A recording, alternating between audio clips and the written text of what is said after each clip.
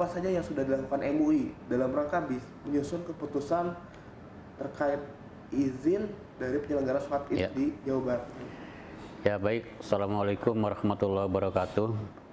Sebelumnya saya ingin menyampaikan selamat Hari Raya Idul Fitri 1442 Hijriah kepada seluruh kaum muslimin. Minal aidin wal faizin, taqabbalallahu minna wa minkum. Mohon maaf lahir dan batin. Semoga Idul Fitri kali ini betul-betul membawa keberkahan ya untuk kita semua.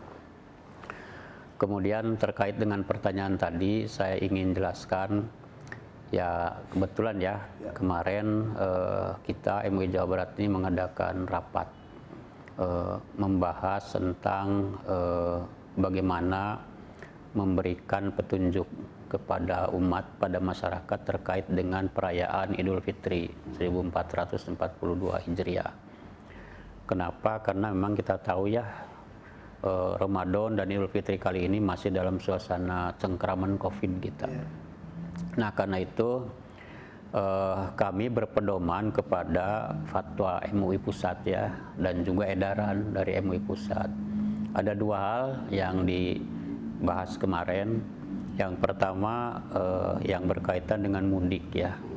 Yang kedua berkaitan dengan pelaksanaan sholat Id gitu. Itu yang menjadi bahasan utama kemarin itu. Yang berkaitan dengan mudik ya, kita menganjurkan untuk agar masyarakat itu mengikuti saja petunjuk dari pemerintah ya. Gitu. Kan tadinya memang kebijakan pemerintah pun ini ada perubahan-perubahan ya.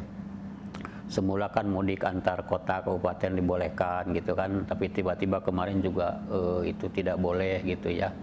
Nah, jadi kami menganjurkan ikuti aja lah soal petunjuk mudik itu ya. Nah, kemudian kita juga memberikan pemahaman ya kepada masyarakat kenapa kita harus menahan diri untuk tidak mudik umpamanya. Karena memang dalam perhitungan ilmiah ya yang berkaitan dengan penyebaran COVID. Jadi kerumunan itu sesuatu yang dimungkinkan ya untuk cepatnya menyebarkan virus gitu kan. Jadi virus akan bisa cepat bermutasi itu kalau terjadi kerumunan kan gitu. Sementara mudik itu kan jelas tidak bisa menghindar dari kerumunan. Jadi kalau MUI menganjurkan pada masyarakat ini untuk tidak mudik bukan berarti merubah atau mengesampingkan pentingnya silaturahim gitu kan, atau bahkan ada yang mengatakan MUI sudah merubah agama segala macam gitu kan, ketentuan agama. Bukan itu.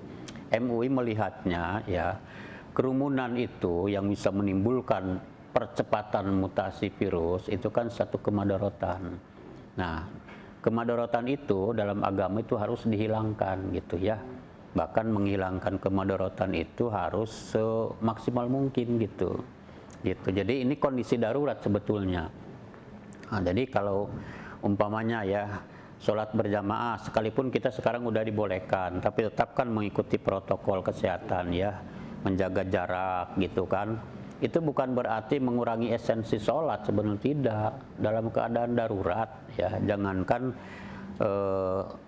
virus kayak begini, hujan besar saja kalau itu mengganggu, akan menimbulkan kemadharatan untuk kita dibolehkan laki-laki tidak ke masjid. Itu hanya karena hujan aja. Nah, apalagi ini kondisi sekarang kan lebih darurat. Jadi hal-hal seperti itu kami memahamkan kepada masyarakat, jangan sampai terjadi salah pengertian ya gitu. Nah, jadi kami MUI tidak intinya ya memberikan ya tadi itu pemahaman, pencerahan pada masyarakat agar tidak terjadi miskomunikasi gitu. Nah, kemudian yang kedua yang berkaitan dengan pelaksanaan sholat Id. Ini memang di luar wartawan juga banyak yang tanya pada kami ya. Nah, jadi MUI Jawa Barat begini kebijakannya ya. Bagi mereka yang tinggal di wilayah zona merah, dan yang menentukan zona itu bukan MUI, bukan masyarakat, tapi Satgas ya. Satgas tentu dengan apa namanya hitungan ya dengan dukungan data segala macam kan. Jadi kalau sudah betul-betul itu di lingkungan zona merah, ya kita nganjurkan jangan ada sholat id di masjid atau di lapang gitu ya. Ya udah di rumah saja. Ya dalam kondisi darurat begini sholat id tidak harus dibatasi jumlah jamaah ya. Ada keluarga berapa orang silakan aja. Bahkan bisa ngambil hikmahnya kan, gitu. Seorang bapak mungkin dipaksa untuk bisa khutbah barangkali gitu ya, gitu kan. Jadi kita ambil hikmahnya aja.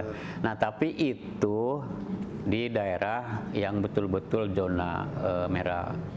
Nah kemudian yang di zona kuning ya, kita menekankan agar tetap ada pembatasan. Jadi prinsipnya dibolehkan, tapi dalam pembatasan. Pembatasannya begini. Di zona kuning itu ya itu jangan di ruang terbuka yang bisa mengundang terlalu banyak jamaah, di lapang terbuka yang besar, di masjid yang terbesar ya. Kita anjurkan sholat idnya itu di lingkungan ya, di lingkungan yang lebih kecil. Umpamanya kalau memungkinkan di RT, tingkat RT kalau memungkinkan. Kalau enggak ya ditarik ke tingkat RW lah. Kalau di tingkat RT RW kan bisa dengan mudah diatur ya, diatur ininya jaraknya. Tapi tetap jadi panitia penyelenggara harus menyediakan ya prokes itu. Jadi jamaah itu diukur suhu tubuh dulu, kemudian disediakan disinfektan gitu ya. Kalau lapang itu disemprot dulu, masjid juga disemprot dulu gitu. Nah itu yang sudah kita putuskan gitu.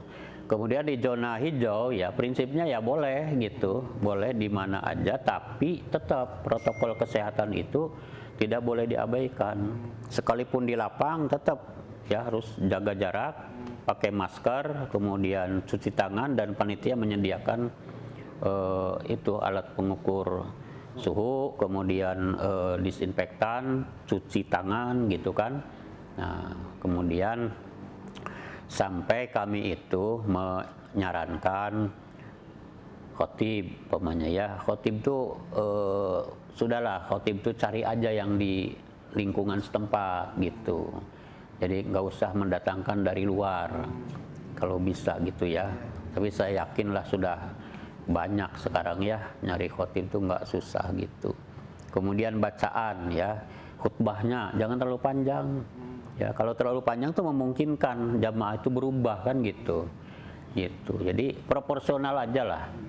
Gitu. Termasuk bacaan sholat, imam bacaan sholat tuh jangan terlalu panjang gitu.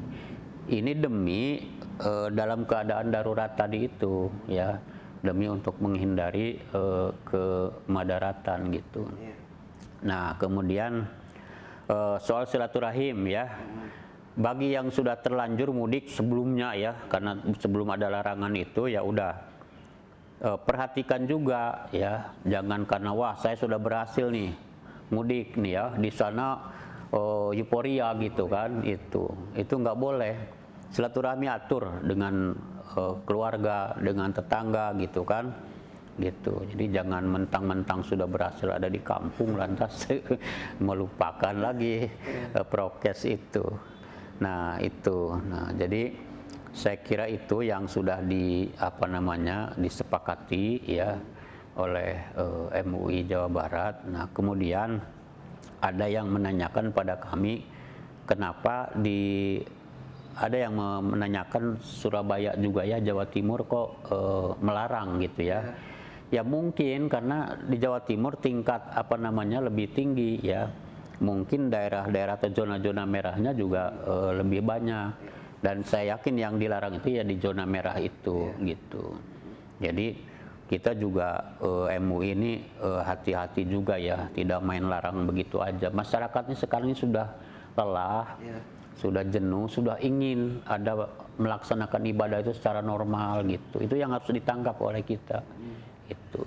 Baik Pak Rafani, ini kan jadi intinya baik itu zona kuning, zona oranye, zona hijau meskipun diperbolehkan, tapi protokol kesehatan tetap harus dilaksanakan tetap. Seperti itu. Jadi Tribuners, sebagaimana diketahui bahwa beberapa hari lalu Gubernur Jawa Barat sudah mengumumkan bahwa di Jawa Barat terdapat 2 wilayah yang berstatus zona merah, yaitu Kabupaten Bandung Barat dan Tasikmalaya. Lalu 2 wilayah zona hijau dan selebihnya zona oranye. Seperti itu ya Pak Rahman ya? Iya, betul. Jadi intinya memang tetap saja harus protokol kesehatan dikedepankan, apapun status zonanya, seperti itu ya Pak.